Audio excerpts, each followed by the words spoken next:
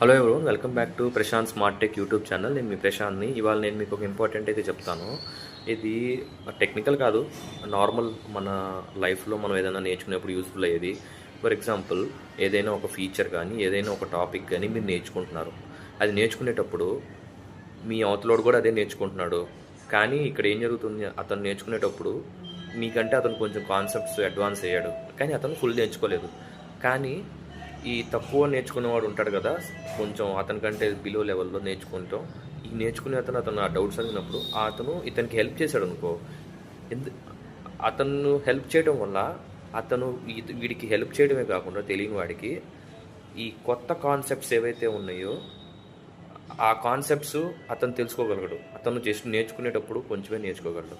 కానీ అది నేర్చుకున్న దాన్ని రియల్ టైంలో అప్లై చేశారంటే అది రియల్ టైం ఎక్స్పీరియన్స్లా ఉపయోగపడుతుంది.